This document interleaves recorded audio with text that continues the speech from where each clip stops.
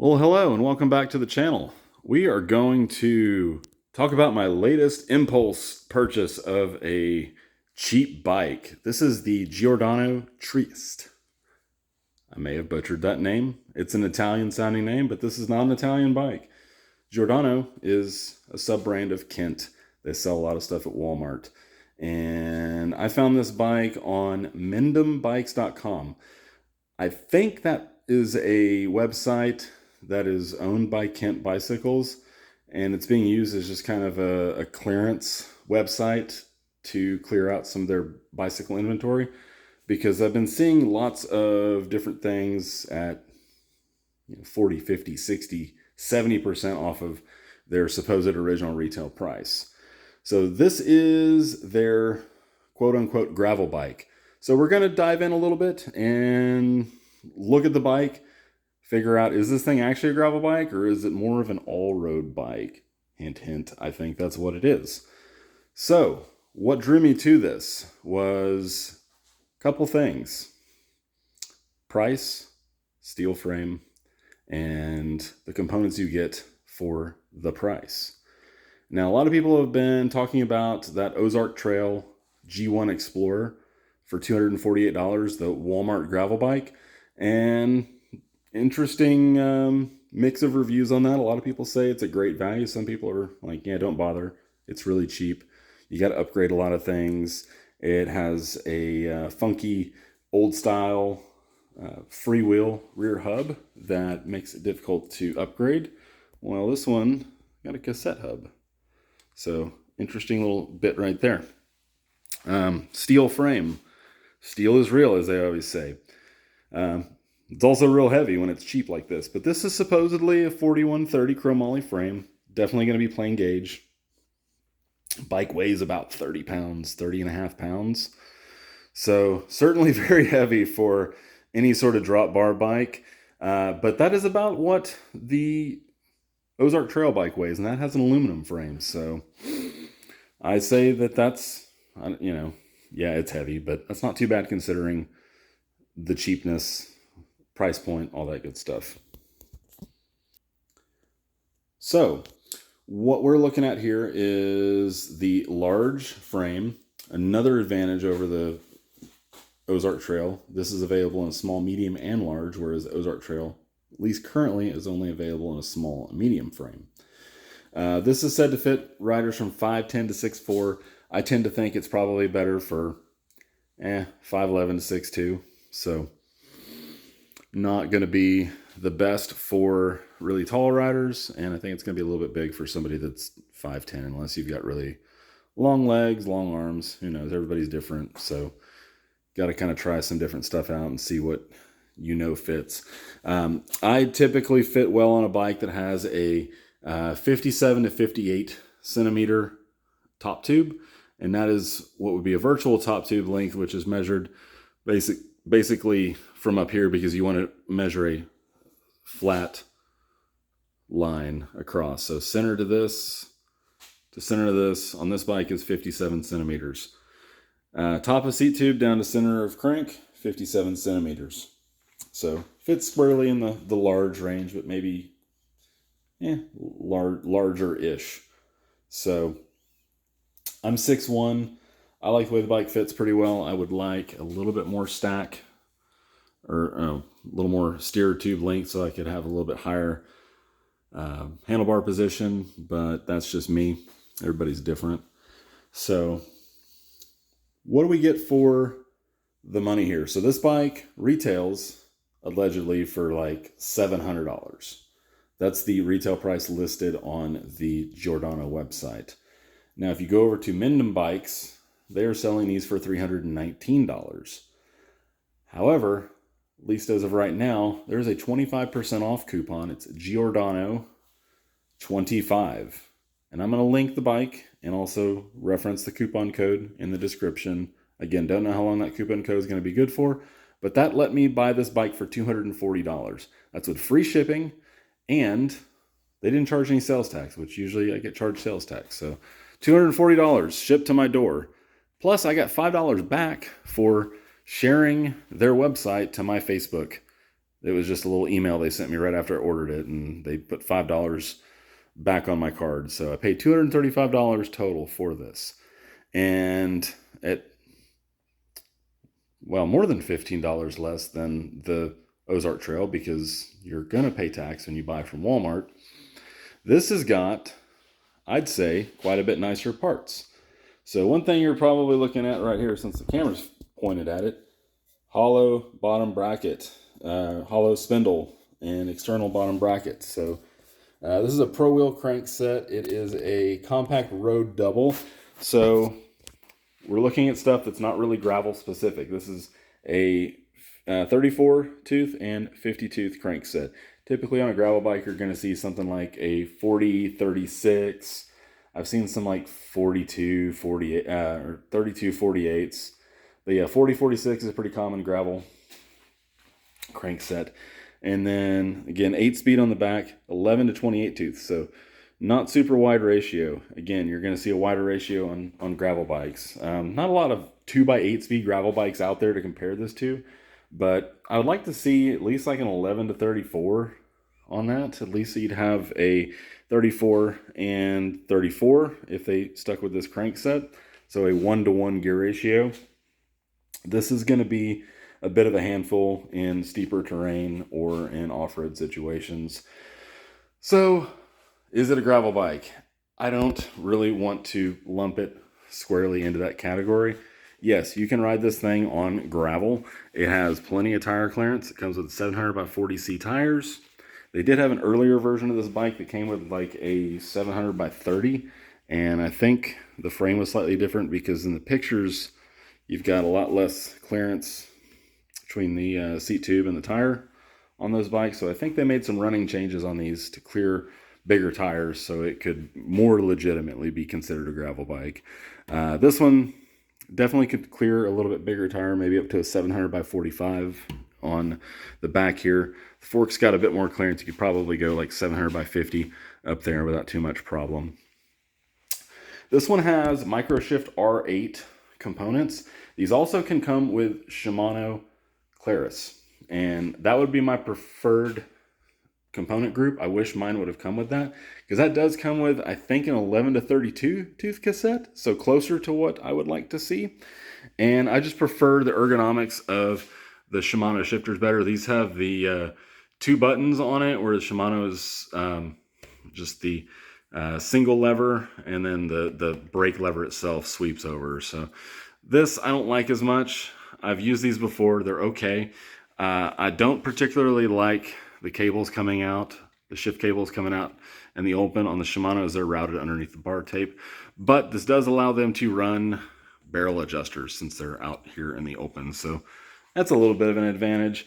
Again, I didn't have a choice on which components I got. So luck of the draw, you may get one with Shimano components if you order one of these. Frame design, pretty traditional, sloping top tube, semi-compact geometry. You do have a bit of an interesting drop-down chainstay right here, presumably to keep chain slap from happening as much on this. With this Microshift derailleur on here, this is a short cage road derailleur. You're not going to be able to run a larger, wider range cassette without changing that derailleur. I've got some ideas. I'm going to play around with some stuff later on. Excuse me. But that's something I'm not super stoked about on this bike. Another thing, not gravel, are these handlebars. These are just regular road bars. They're nice. They've got a nice shallow drop, short reach, pretty ergonomic. Better than what you typically see on budget drop bar bikes like this. So I'm not going to complain too much. They're 44 centimeters center to center at the measuring from the hoods here. So about the right width. I would probably go with like a 46 centimeter bar just because I've got pretty broad shoulders, but I can work with that. But no flare or anything like that, which you typically see on gravel bikes. So again, this bike is really making the case that it's more of an all-road bike than a gravel bike. But again, you can run bigger tires on it. And if you did some other changes, because you can change handlebars, you can swap components on the drivetrain. So I think you could make this into more of a gravel bike. But one of the things that you'll never be able to do, because it's just the way the frame is made, is it doesn't have a whole lot of stuff, places to mount stuff. You got two water bottle cage mounts right here, which is fine. But you don't have any fender or rack mounts. You do have the lowrider mounts on the front fork. You could mount like a lowrider rack and put something up here. You could put a frame bag on it. But there's nothing on the back to, no fender mounts here. You do have the seat stay bridge with a hole through it, but you don't have any sort of chainstay bridge to mount like fenders down there. So you're gonna have to come up with some other ways of mounting racks. They have some clamp-on type racks. There are some like clip-on type fenders that will clip onto the seat tube and stuff like that. So if you want to add those kind of things, it can be done. It's just not as easy because the bike does not have the mounts.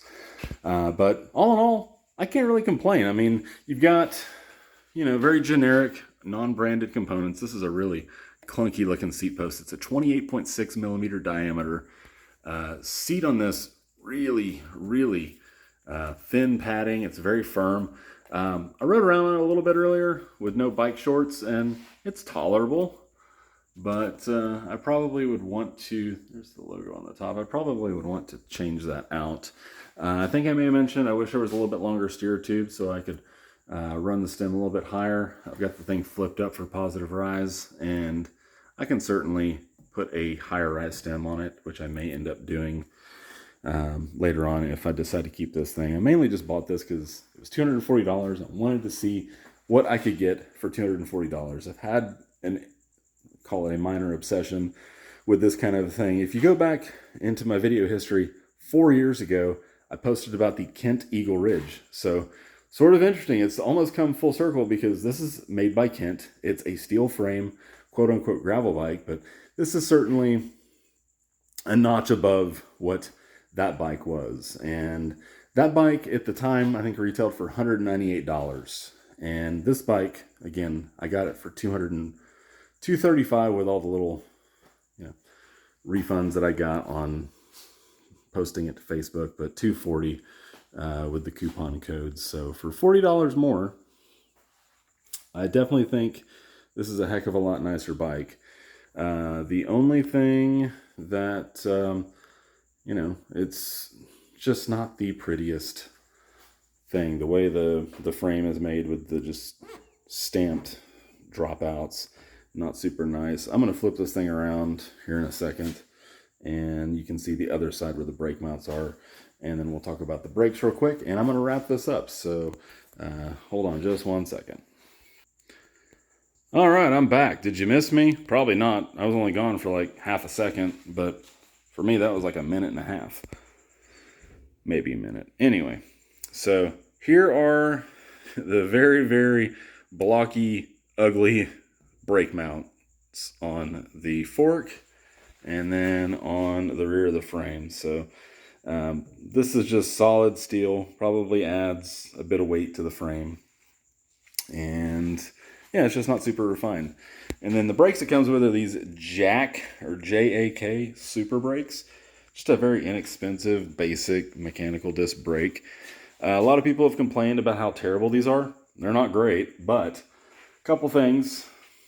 Probably change the pads and get a little bit better performance out of it. It's gotten better as I've bedded these in. They're fine. I don't get a ton of power out of mechanical disc brakes on drop bar bikes typically anyway. I've always found that to be, you got to give it a good hard squeeze at the lever. But one thing that I know would improve the braking on this and any bike with mechanical disc brakes, because I just did it on my GT Street Performer.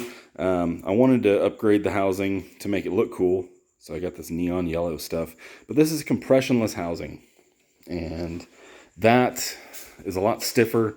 You don't have a lot of the flex in the housing that takes up a lot of your energy from squeezing the levers, and you get just so much more direct feel through the lever and better braking performance. So I would recommend that. It's not the cheapest thing to do as far as cable housings go. Some of that stuff is kind of expensive, but the Jaguar compressionless housing isn't too crazy expensive, and If you can buy like a roll of it and maybe use it on some other bikes that you might have, then it might be worthwhile picking that up and doing those upgrades. But as far as the bike goes, decent enough quality. It's not, again, a high-end bike at all, but seems like it's going to be usable, serviceable. Had to do a few little things with it to get it tuned and ready to go. Had to straighten the dropouts in the front fork with my frame and fork alignment gauge. Had to cold set the spacing on the fork back to 100 millimeters. It was actually a little bit wider than that, so the hub would go right up in there super easy. But you had to like really tighten the skewer down to squeeze the forks back together and then clamp the wheel in there. So got that fixed, and again, had to fiddle with the brakes a bit. The rear derailleur hanger, I already flipped this thing around, you can't see it, but it's steel, so it's made to be a lot more malleable, and I was able to align that back into the correct position with my derailleur hanger alignment tool. Headset had plenty of grease in there. The hubs were a little bit tight, not super tight, so I just adjusted those up. This is all normal stuff that a bike shop is going to do when you set one of these things up. So I would definitely look into the assembly rebate that Mindom Bikes offers. They'll refund you up to $75 towards the cost of having your local bike shop assemble the bike. Now, it's probably going to cost you more than that. I think a lot of shops charge anywhere from $100 to $150, depending on where you are and what the shop wants to charge. But even then, if you get most of your money back, or even half your money back, what you pay to a shop, have it actually professionally done, it's well worth it, because the bike is going to perform a lot better and last a lot longer, more importantly. I think that's the biggest takeaway, is just want to make sure your bike is set up good to begin with, and not wearing stuff out prematurely because it's not adjusted properly or assembled properly. So there you go. Awesome bike for the money, especially $240. I think this is a contender in the value, quote unquote, gravel bike or all road bike space. Definitely comparable to the Ozark Trail Explorer. And then even if you're looking at something like the State 4130 all road, or some of the, I can't remember the name of it, but Surly's got a drop bar bike that's kind of similar to this, that, I mean, that's around $1,000 or $1,200. So, for less than half, or, a third of the cost of these other bikes, it's not nearly as nice. But if you want something that you don't have to worry about as much if it got stolen, have like a winter beater bike if you live in the snow belt, all sorts of different things. I think it's a good bike to consider. And I don't know how long I'm going to keep this. This is the first drop bar bike I've had in 3 years. I started having shoulder and elbow issues, but that was also back when I wasn't going to the gym, because I was, it was COVID times and I didn't want to go to the gym. So anyway, there you have it. We'll see how I do on this. I may make some adjustments to make it more comfortable, and we'll go from there. All right. Well, thank you so much for watching. If you would like to subscribe, I very much appreciate that. Comment, like the video, dislike the video, I don't care. Just let me know what you think, and go out and ride your bike. Y'all have a good one.